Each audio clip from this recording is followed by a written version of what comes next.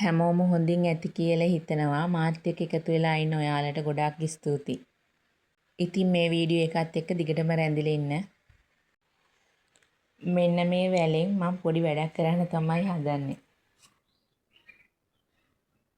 මම ඉතින් පොඩි බබාලා දෙන්නත් එක්ක කරන විකාර වැඩ තමයි මේ.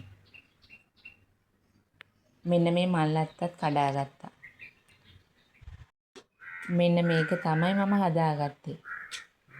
බිත්ති සැරසිල්ලකටත් මේක ගන්න පුළුවන්. මේ ඉන්නේ අපේ ඔටුනු පලන් කුමාරි. අහුන්නේ. මේ ඉන්නේ අපේ කුමාරයා.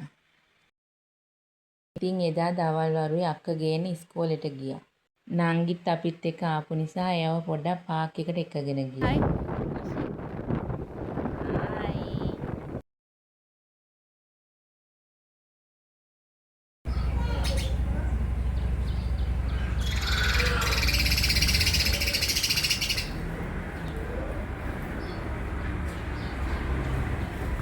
මොකද්ද හේතුව නම් දන්නේ අද නම් පොඩි යුද්ධයක් වගේ.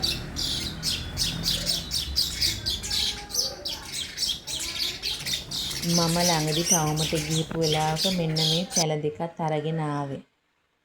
මේ රෝස පැලෙයි අනිත් එක තමයි ඩයමන්ඩ් ප්ලාන්ට් එක. මම හොයා හිටියේ ඩයමන්ඩ් ප්ලාන්ට් එක.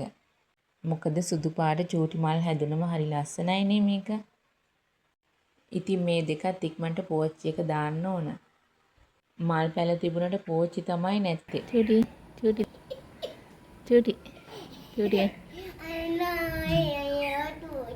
චූටි